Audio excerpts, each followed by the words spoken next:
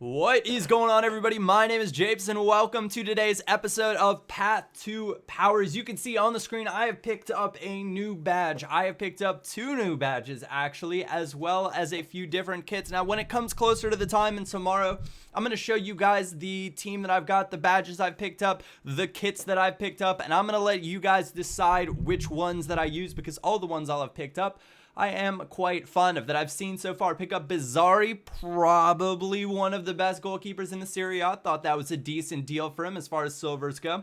You can see I got a few more keepers on the screen, or an Isco as well from the Serie A, but I've just got some kits, some different little things that we're going to be taking a look at. The Millonarios FC kits, I thought those would be nice to pick up. Now, I didn't actually end up picking those up, but you can see what I have picked up on the screen here. I've got the Yeovil Town kits. Now, I had those in FIFA 13 as well, and many of you guys know that I am colorblind, so I need a bright kit to be able to work with. Picked up Wanderers from, I can't remember the name of the Chilean league off the top of my head. I will get it right though, I promise.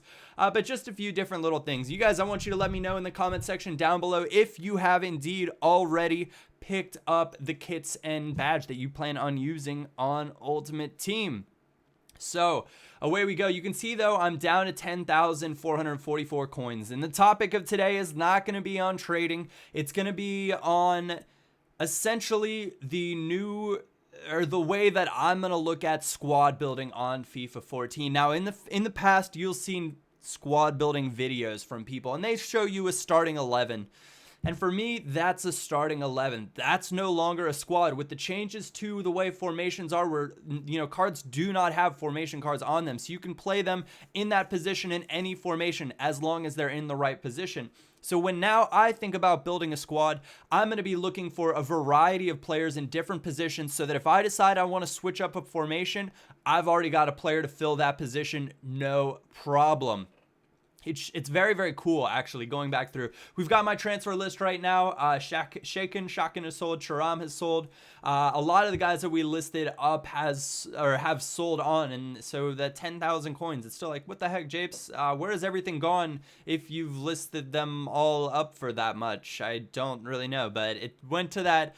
Half of you guys said, show us your team. Half of you guys said, don't show us your team. So I didn't know what to do because I didn't want to give it away, and I didn't want to do things to really disturb the market. So what I'm going to do is at the very end, I've had a graphic created for me that doesn't show the left side of the bio for the player, but I can show you the 23 players that I have and what I paid for them. Well, it's not going to show you position. I'm not sure how effective this is going to be, but you'll at least be able to know where my coins have gone. But in terms of squad building now, when I do squads and when I show you guys squads, it won't just be more than likely, that's not going to always be the case, but more than likely, it will not just be a starting 11. It is going to be rotational players that I think will fit well when I want to switch and play a different formation with the team, because I don't plan on just using one formation in Ultimate Team this year. I think it's pretty cool that you can just switch up your squad that easily, and I plan to take full advantage of it. Now, we got a gift on the web app this time. I think it was 1,000 coins, which was fantastic. I was really pumped about that. That's like 2 players from my starting squad easily, or maybe 4 or 5, because I picked up quite a few players for about 150 coins.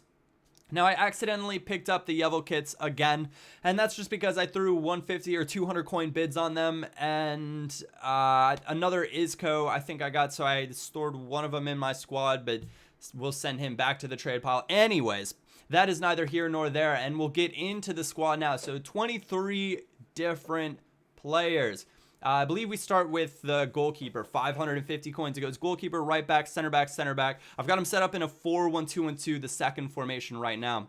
So 1,200 for one of the center backs, 1,500 for the other one. The left back also quite expensive at 1,600. I think we jumped to CM or one of the CMs. I'm not quite sure, but 350 coins. My 3 midfielders will be up next. Or well, I guess it's 4 midfielders. 850.